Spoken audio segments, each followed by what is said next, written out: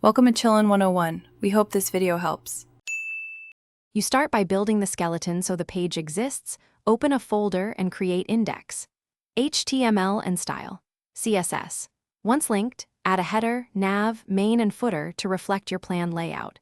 Use semantic tags so search engines and accessibility tools understand your content.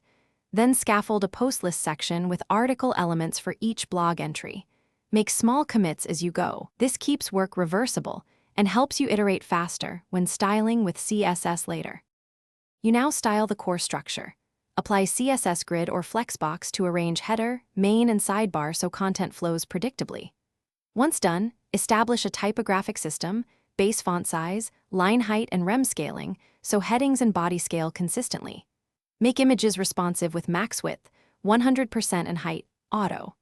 Then add mobile-first media queries at around 600 px and 900 px to adjust columns and padding. Make sure to test resizing frequently.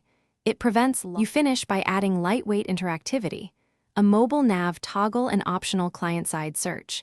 Keep enhancements progressive so HTML works without JavaScript.